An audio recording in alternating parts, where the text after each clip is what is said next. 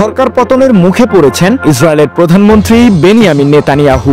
দেশটির parliament Knesset ভেঙে দেওয়ার জন্য প্রাথমিক ভোটাভুটির আয়োজন করেছে ইসরায়েল। আগাম নির্বাচন দিতে প্রথম পদক্ষেপ নিতে যাচ্ছে দেশটির সংসদ সদস্যরা। প্রাথমিক জরিপে দেখা গেছে হেরে যেতে পারেন নেতানিয়াহু। ইসরায়েলের সামরিক বাহিনীতে নিয়োগ প্রসঙ্গে একটি নতুন বিল পাশকে ঘিরেই রাজনৈতিক অচলাবস্থায় পড়েন নেতানিয়াহু, যা বর্তমান সংকটের দিকে নিয়ে গেছে নেতানিয়াহুর সরকারকে। দেশটির আলট্রা অর্থোডক্স গোষ্ঠীর জনগণ দীর্ঘদিন ধরেই সামরিক বাহিনীতে চাকরি থেকে বিতাড়নের শিকার হয়ে আসছিল, কিন্তু গত বছর ইসরায়েলের সুপ্রিম কোর্ট প্রতিরক্ষা মন্ত্রণালয়কে এই প্রথা বন্ধ করার নির্দেশ দেয়। পাশাপাশি বাধ্যতামূলকভাবে আলট্রা অর্থোডক্স গোষ্ঠীর সদস্যদের সেনাবাহিনীতে নিয়োগ দিতে নির্দেশ দেয়।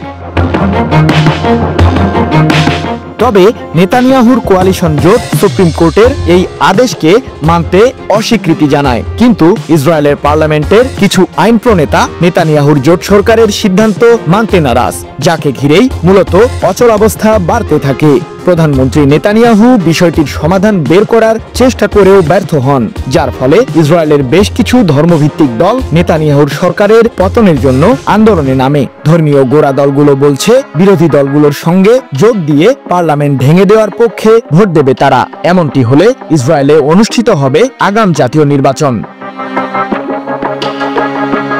এদিকে নেতানিয়াহু এখন তার সরকার বাঁচাতে সর্বোচ্চ চেষ্টা করছেন। তিনি তার জোট দলগুলোর সঙ্গে আলোচনা করছেন।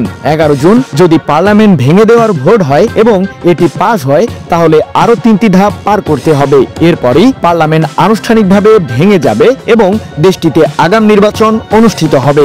এক প্রতিবেদনে এমনটি জানিয়েছে ব্রিটিশ বার্তা সংস্থা রয়টার্স।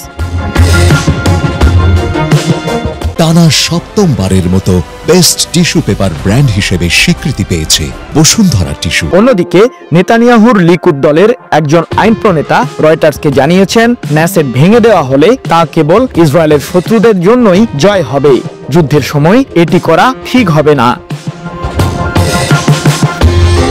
নেসেট ভেঙে দিতে ইসরায়েলের পার্লামেন্টের 120 আসনের মধ্যে কমপক্ষে 100টি ভোট প্রয়োজন।